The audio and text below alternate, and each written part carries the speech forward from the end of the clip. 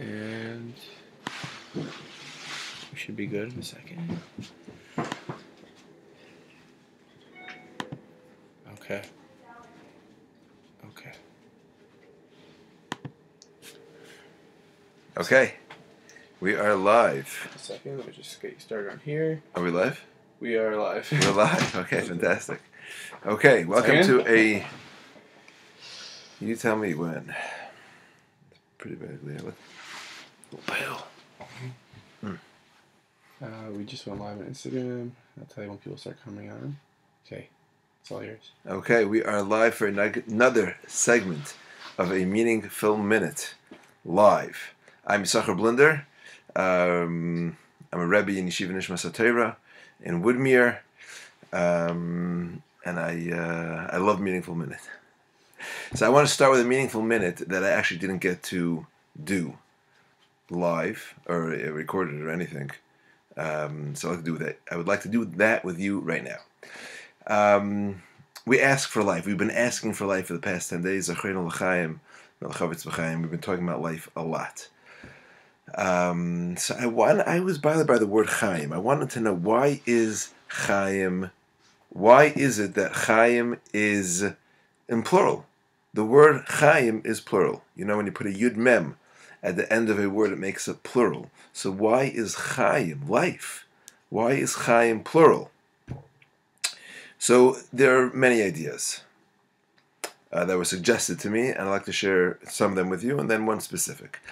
So the first one is that Chaim, we live in two lives. We live in Olam Hazeh, we live in this world, and we're looking to get to Olam Haba. So that's why life is plural, because we're living in this world to get to the next world. One idea. Another idea in Chaim is that we live two lives. We have a nefesh bahamis, we have a nefesh sichli, we have a struggle. We're always constantly struggling in life between those two sides, a Yitzhak Tova, Yissachar. Another idea. I want to share with you a third idea that I heard from a brilliant guy. His name is Steve Reich. He lives in Chappaqua, Mount Kisco, and I got to know him. He's a famous, world famous composer. If you're in that scene in Carnegie Hall and around the world, so he shared with me the following. He said, Chaim is plural because you have to be open throughout your lifetime to live many lives. Sometimes we get stubborn and we get stuck in the life we're living and we feel we can't get out. This is where we have to be. This is where we are. This is where we're stuck in. And Steve says you got to be open to live many lives through your lifetime. Now, Steve was a man who actually drove cabs at one point in San Francisco. And through his life, he's become a Baal Tshuva, and he's a wonderful person. He's lived, and he continues to live, different lives throughout his lifetime. And that's one idea of Chaim. We're asking HaKadosh Baruch Hu to allow us to be open, to live different lives, that we need to be able to change and throughout our life to grow and become greater, bigger people. Okay, that's my Meaningful Minute. How long did that take? About a minute. Almost a minute. Almost a minute. Okay, great. We got some texts before. I wanted to share different ideas. So I wanted to start with one of those. No, I didn't do that right. Okay. The fact that we are losing so many people from Yiddishkeit, what can we do about that? Okay.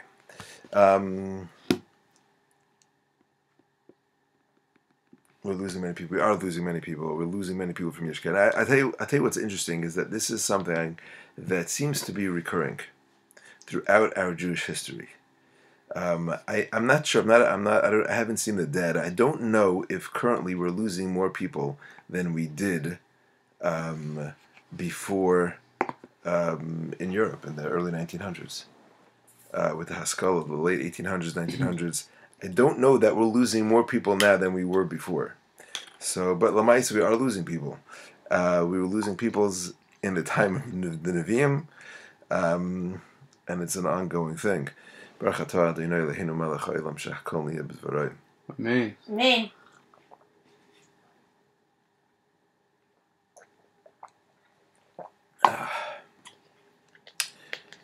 So what can we do about that? There's a lot to do about that, I think. I think for starters, I'm not sure who we're referring to in losing. Are we talking about people that aren't religious at all, people that are from and going off the derech? I think what we can do as individuals is keep an open heart. Be down l'kavschos.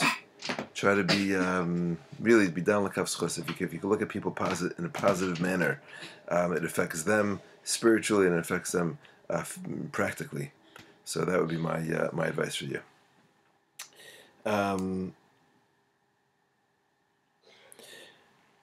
wanted some tips of how to retain their connection of being a ben Torah or a bas Yisrael out in the workforce.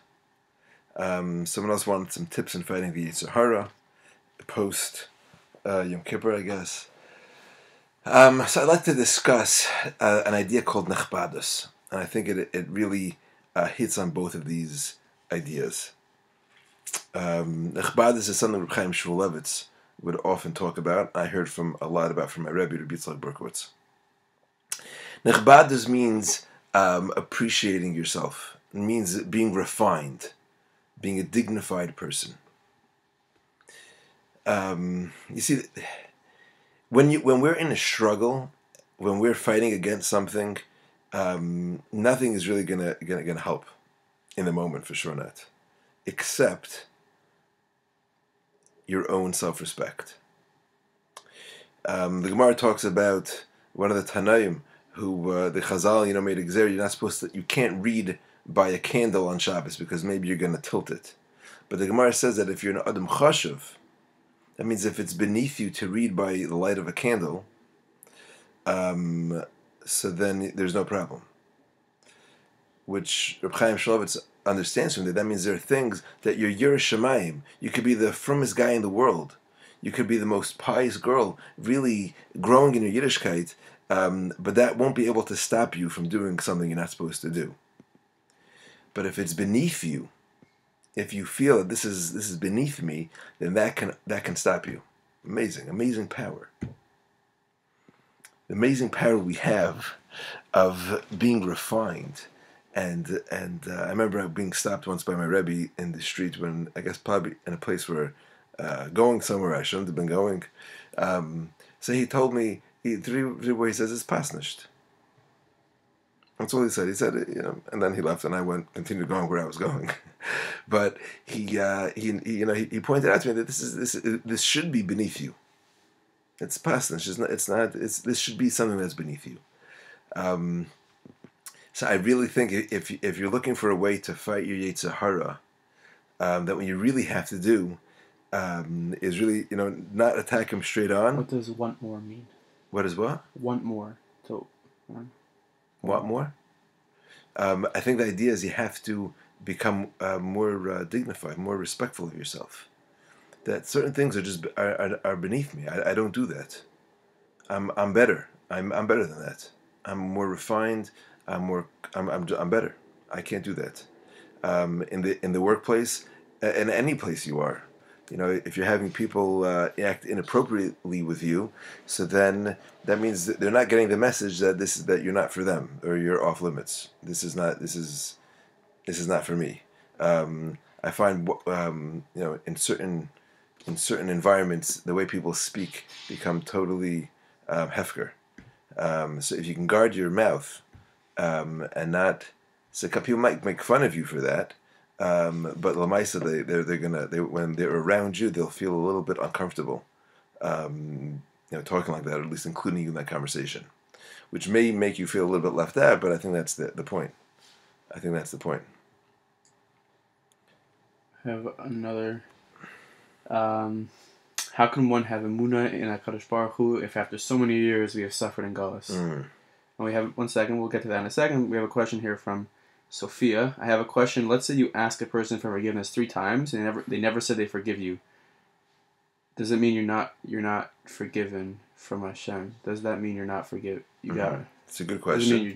Does it mean you're forgiven or does it not forgiven? Okay. Also, somebody asked, I guess the same point. Yom Kippur why is it more important to fast than to daven? If you want to get into that.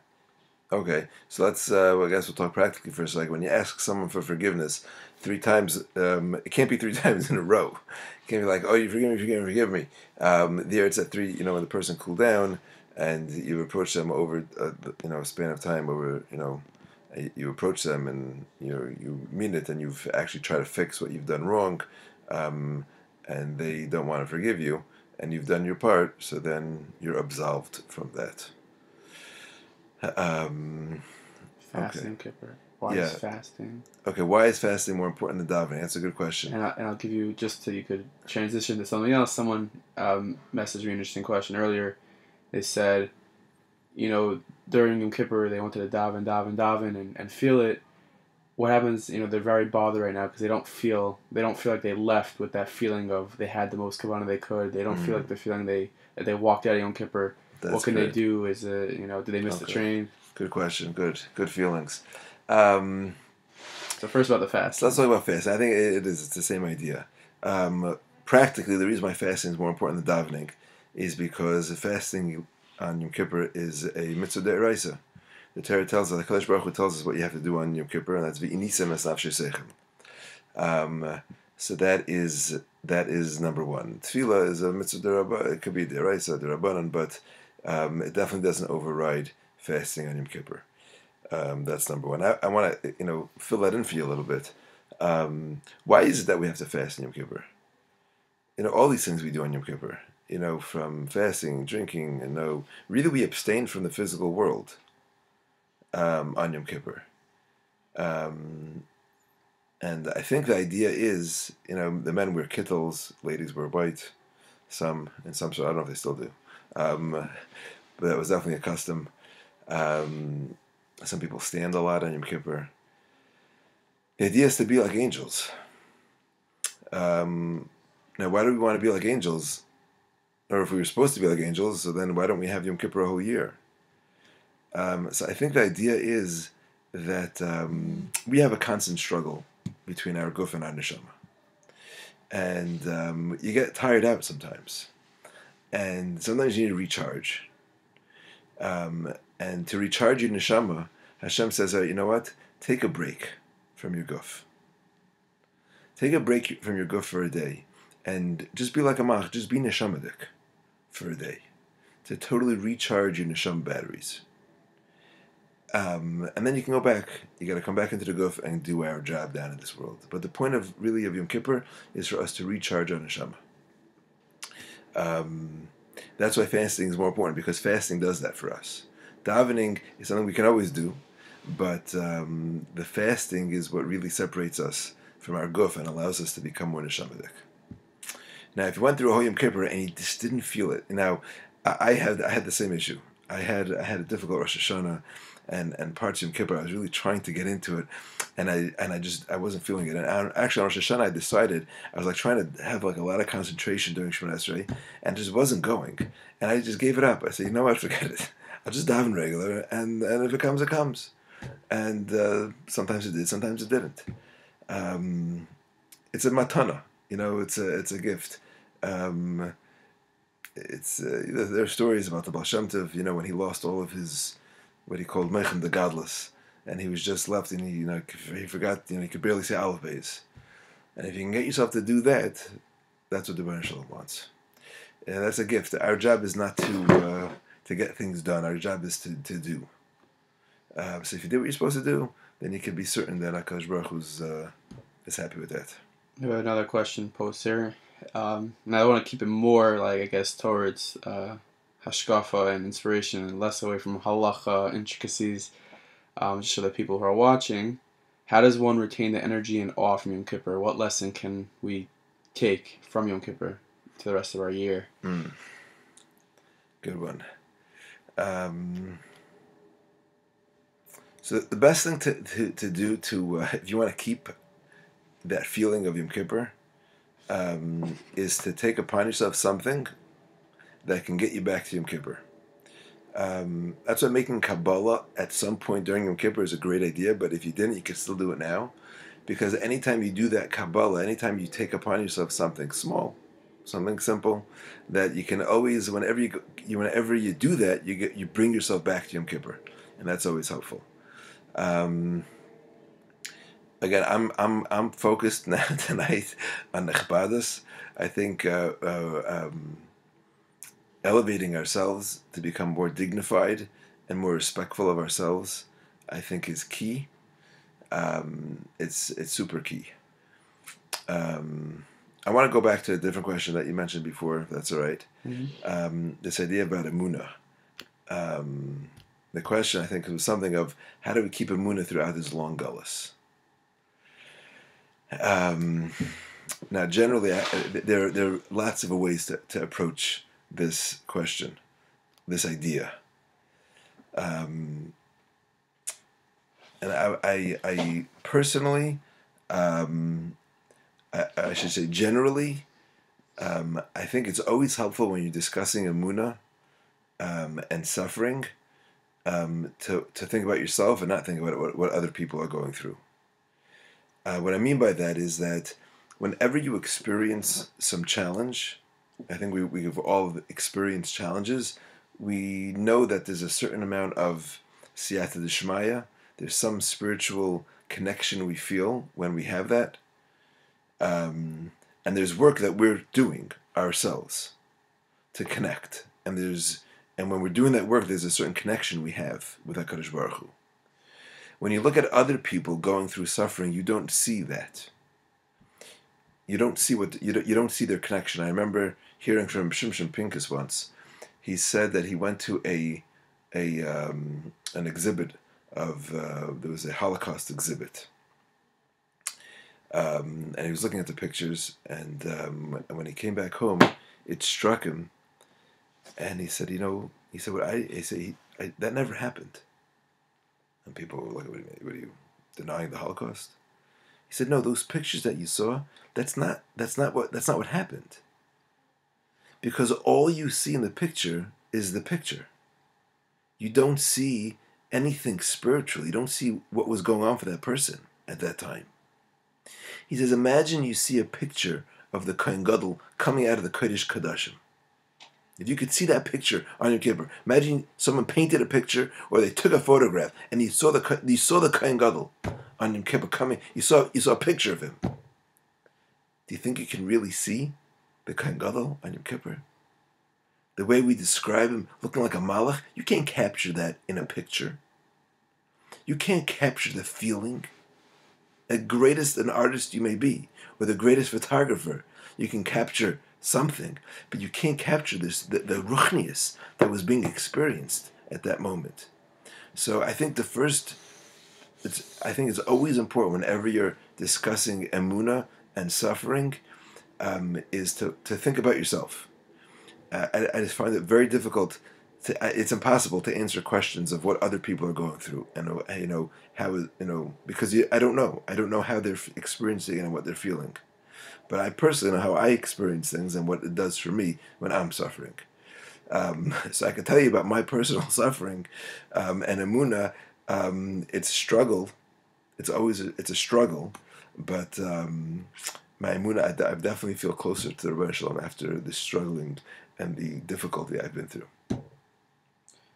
How does one use the internet and be in this society to a positive use? There are negative sites and Tyrus that are calling and saying, come here, society's great. How do we overcome bad Tyrus and habits? How do you basically fight the Yissachar? Okay, good question.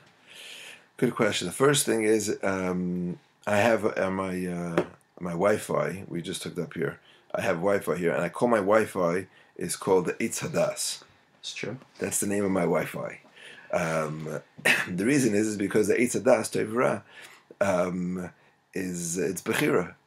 It can be used for good, and it can be used for bad. I don't think it starts. I don't think you can even start the conversation without taking the necessary precautions. I obviously use the internet. I do a lot of great stuff on the internet. I have Safari. I got Shiurim I listen to. It's fantastic things. And I'm well aware that there's a lot of really bad things on it too. And I think we discussed this once in yeshiva. The percentage of pornographic websites, I think, is something like 25 or 30%. if I'm not mistaken. It's more than that. I don't think so. It's about like that. A quarter. I think a quarter of the internet is schmutz. So I don't think it starts. I don't think you can even start. I don't think you can have a serious conversation about this unless you've taken the proper necessary precautions of having a good filter and a web cover, which I know here in the Five Towns we have a place called Smart Connections in Maple Plaza Mall where they'll hook you up and they'll take care of you. I have in my house, we have something called DNS, which is a filter on the router, so any device that's hooked up is filtered. So that's like the conversation doesn't start unless you do that. That's where we have to start.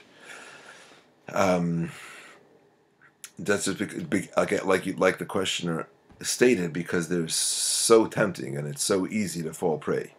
It's also good to recognize that the Yissachar is much easier. It's much easier to do the wrong thing, but it's not like anything new. These things have always been around. The tools you need are good precautions, a good gedarm, a good friend to be a chaver with you, someone you could talk to for chizuk, and what else do you need? You need self-respect. You have to know that it's a struggle. It's always a struggle. You'll always be. I won't say you'll always be struggling with it, because there comes a point when you can actually, you can see the light. I know they were sending around emails for this. What was it called? Rabbi Tursky and Rabbi Feldman sent out. Guard your eyes, I think is something that's available. It takes a lot of honesty, and I wish you a lot of atzlacha. If you need some more practical, personal advice, I'm happy to. You can text or email me. We have another question. Discipline. They wanted to talk about discipline, mindfulness, improving, and getting in touch with us in order to be better. Bein adam lechavera, better to serve Hashem. So I guess bein adam lechavera, how to, really love our fellow Jew, or not hate our fellow Jew. Okay. So I'll tell you an important idea. So many things to talk. Okay, let's start like this. I mentioned before this idea of being down l'kav schos. It's really an idea of people always talk about judging people. You can't judge people. I'm not such a big fan of that. I think we're always judging people. I think naturally we judge people. And I think the Torah tells us that means you have to learn how to judge people properly. That's one thing to keep. You have to know how to judge people properly. Meaning, when you're making a judgment about someone, how much information do you actually have? Take an honest assessment of what exactly are you doing. And there's sometimes you have to say, I don't know enough information here to actually make a fair assessment. And then you absolve, like a good judge would do. If you don't have enough evidence, they absolve. I find very helpful an idea that the Baal Tanya mentions, and that is to I think it's very important to be able to distinguish between a lifestyle and a person. I don't have to agree with what people do, and there are things that people do that are wrong, and I can say that to myself. I can let myself that can be clear. What you're doing is wrong. Whether it's helpful or not to tell them is a different story. But to know that there are things that people do that are actually they're wrong. But it doesn't mean that they're not good people. They could be lovable people. And their essence is always pure and lovable, and I can care for them. I can disagree with them, and I can keep my values strong, and still love them. I think that's important. I think it's very important to know. Anything else? Is there more? Okay. There's another idea I wanted to tell you. That was...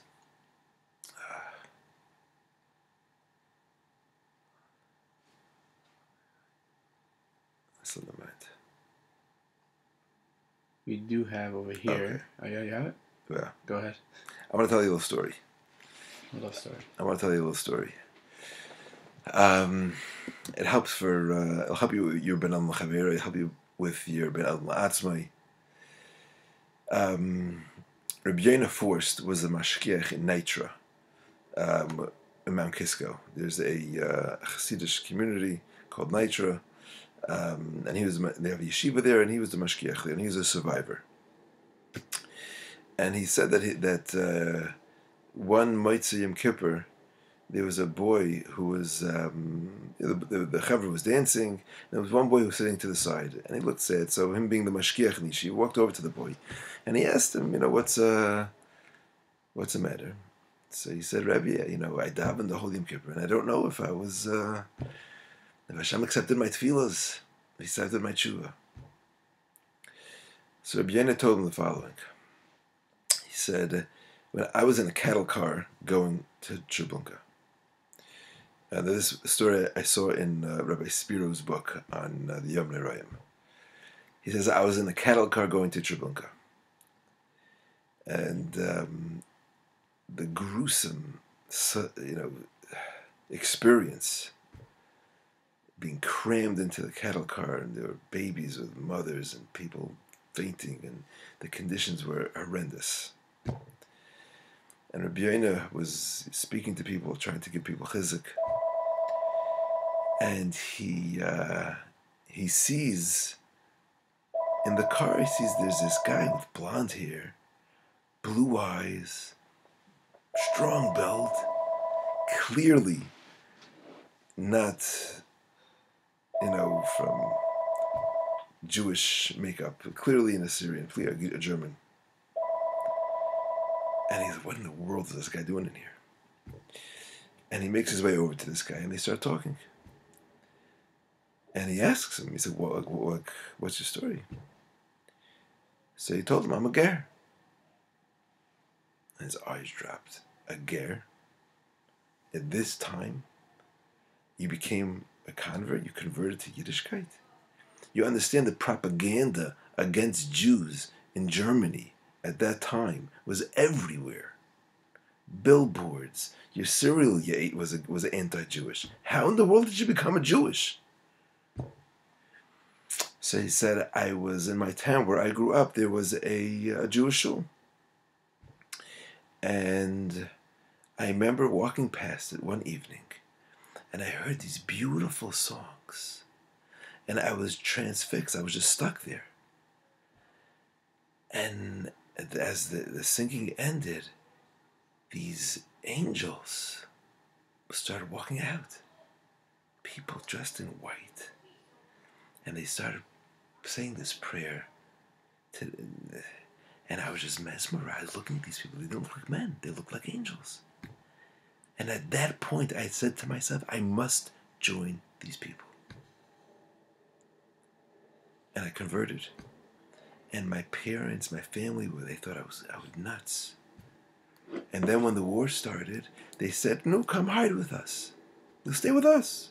No one knows you're Jewish.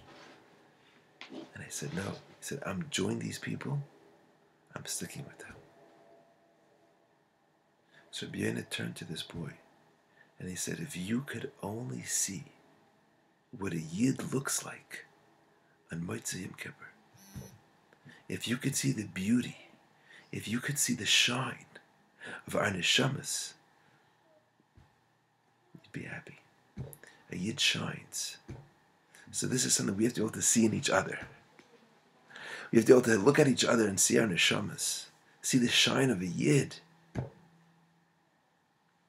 And we have to be able to look into ourselves and see we're Yidden. We have neshamas, we're beautiful people. We're beautiful. If we can feel that, we can tap into that. Realize that we're holy, we're chashuv, we're beautiful. Then, yeah, people are maybe annoying, and they may bother you, but they have a neshama. People may not be doing the right thing. They may be not living the lifestyle that you choose to live, and that bothers you, and it should bother you. But they have a neshama. They're Yid. You can love them. You can appreciate them. On that, there's a question someone wrote. What's a good thing to help us know everything's for the best? And because it's hard to keep thinking that when we hear of so many tragedies. Even just before Rosh Hashanah, there was this big earthquake in Mexico where Yid passed away, and Israel terrorist attacks, and all these tragedies taking place across the world. How can we always know that everything's for the best? How can you keep your spirits up and keep going? It's a good question. It's difficult. The most difficult thing we face is Yisurim, is suffering. The greatest question we have, and the greatest proof, I think, that there is a creator, is the fact that suffering bothers us. You see, if there was no assumption that things should be good, then suffering would bother us, sort of. But Mehechatesa shouldn't be like that. So I would suggest two things. Number one, Emun is one of the things that constantly need chizuk. And what I mean by that is there's two parts to Emunah.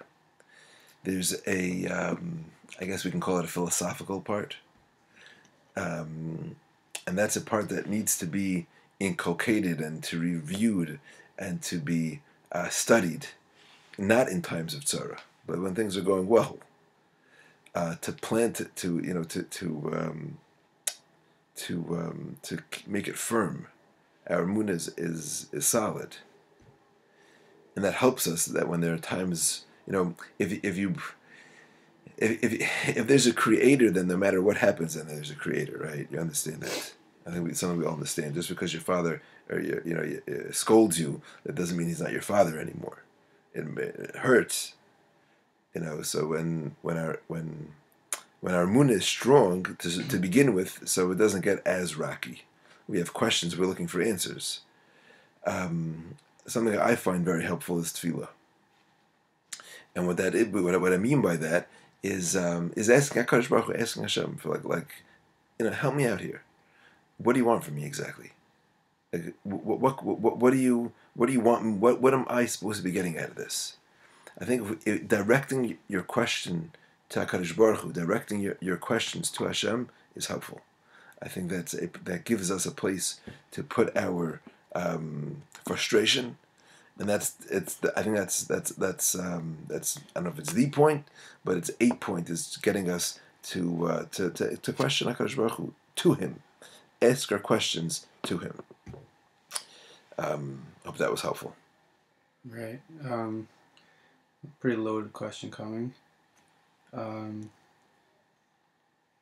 Before we get to that, I want to piggyback on something that I guess was asked a lot here, and should turn around.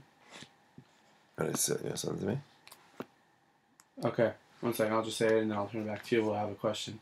So it was said there's a story about this boy who was with his father, and he lived on the border of the woods. And you heard this? And the boy kept wandering to the forest, and the father was trying to tell the boy how it's very dangerous. You can't go in there. It's very dangerous. And the boy went in again, and he went in again, and he went in again. So, the father thought, okay, I gotta find a way to do this. So what the father do one day, he sees the boy, he's wandering in. The father went, he dressed up in a bear costume, and he gets in his bear costume, and he's hiding behind a tree, and he sees this boy wandering through the forest, and the father jumps out as a bear, and he grabs the boy. And he's grabbing him, and the boy is screaming, Tati, Tati, Daddy, Daddy, where are you?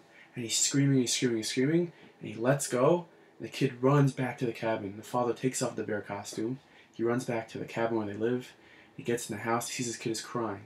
He says, what happened? He says, I was in the forest, and I shouldn't have been there, I know I shouldn't have been there.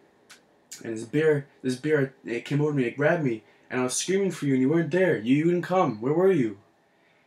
And the father, what's going on in the father's head is that when that father jumped out at his son and he grabbed him, behind that costume, behind that mask, he was crying uncontrollably, because he so badly wants to say, it's me, and I'm doing this for your best, in your best interest. You need to stay away from here. And he so badly wanted to tell him that, but he couldn't, because the kid needs to understand that you gotta stay on the right path. The whole point is that the kid was never in danger. So all these tragedies, and as hard as it is to think, all these Yisurim and struggles and problems, is if we think we're never really in danger, and that it's always our Father who's wearing a mask, and Rich, if we take off our mask, He'll take off His mask, and that should be, I guess, leading to the Gula. Back to our question is pretty loaded. I just want to. Yeah, sure. It's a beautiful mashal. It's a beautiful story, but it doesn't take away the pain. Oh, for sure not. Right.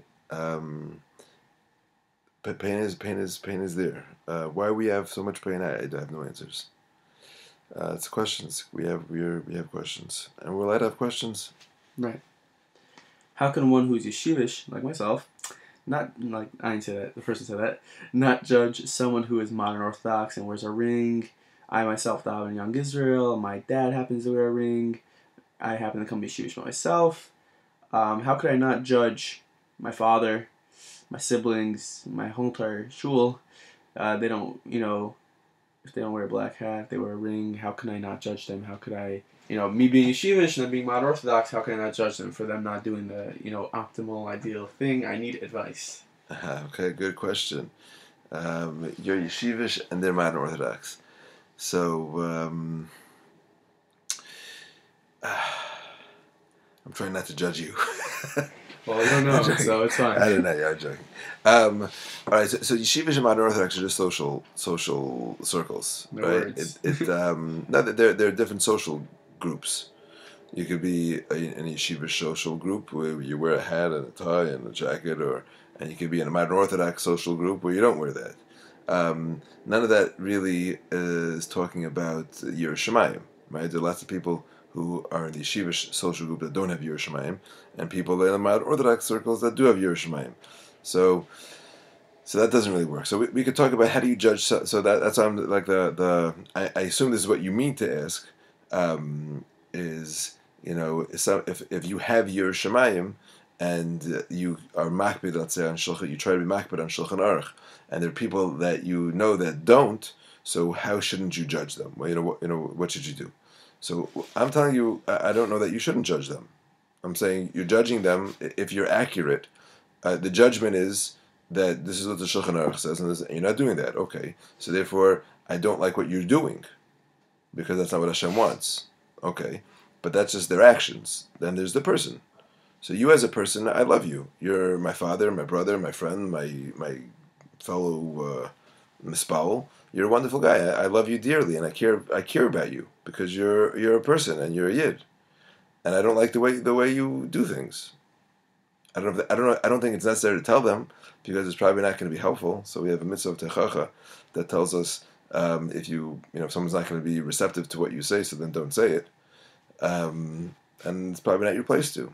So you can appreciate them and love them, and just keep strong with your values if you have good values, which are following the Shulchan Aruch, and fantastic. Is that clear?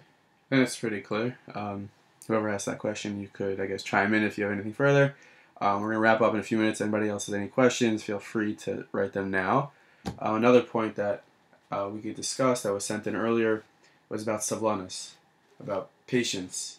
I guess physically, to have patience in moments of stress, of tension. I guess for parents, or let's say are watching, to have patience with their kids, who are watching, to have patience with their parents or with their friends, Rabbeim. Okay. And we got another question. My family's not so religious. What can I do so they be more religious? So you could go ahead and whichever order. Patience for a minute. Patience is a virtue. I think patience is really very much involved with this whole discussion. It could be. It's interesting. Good point, Achi. Patience.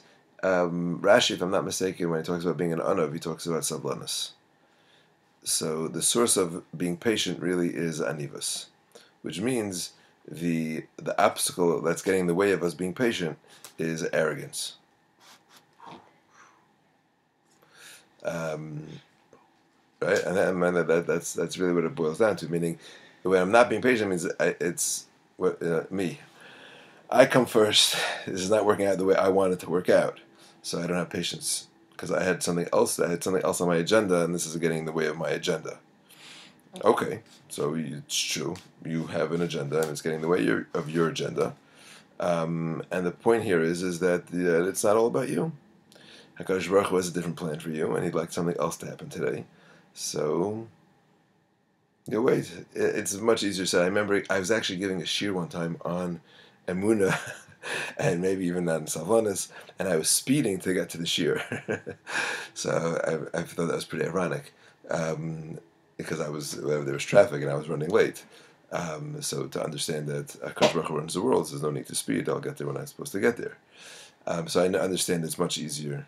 It's obvious, like anything, it's easier said than done. But to understand that at least that the root of savlanis is anava, is being humble, and really HaKadosh Baruch Hu has a plan for us, and however He takes us, that's what will happen, and everything will work out the way it's supposed to work out. Is a great tool for helping you be patient. You're more religious than your family, and you'd like your family to be more religious. I think the first thing you have to ask yourself is why.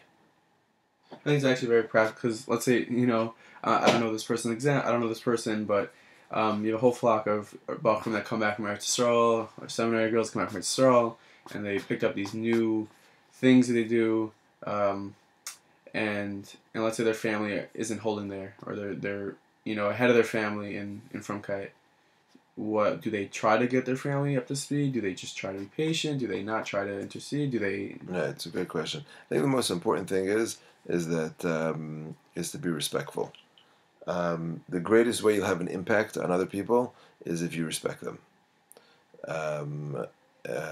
When you respect people, then they'll probably respect you back. If you don't respect them because you feel you're firmer, then you're not going to get any. I don't think you'll get too far. So practically, I think the best thing to do is to be respectful of them. You can explain why you do things. I wouldn't push it on anybody because it doesn't help. It's not helpful. It just creates unnecessary friction and stress. Be consistent. Consistency is very important. Be consistent and be respectful, and hopefully you'll get a long way. Last couple comments. One person wrote, "Right, Belinda, you're amazing." Thank you. Someone wrote, "Yes, it is. Yes, it is. I try to see when I'm running late in traffic. I say I'll get there when I'm meant to get there. Hashem runs the world. If you think it's easier to be patient, a lot of times." Another one is, "My father curses a lot. What can I do to help him stop cursing? So he will stop cursing." Okay, if you, I guess the first thing to do is to discuss it with him. That bothers you. What? That it bothers you. I assume you don't curse at all. If you curse at all, then it's a pointless conversation. If you don't curse and you're careful with the way you talk, I think the first thing to do would have a respectful conversation, explaining to you that it bothers you, and I wouldn't stress how he shouldn't be doing that, and it's not nice for him, but just that it's bothers. Just ask as a personal favor. It bothers you if you could stop, or if he minds if you leave when he does that, something like that may be helpful. Yeah. I think that's pretty much it.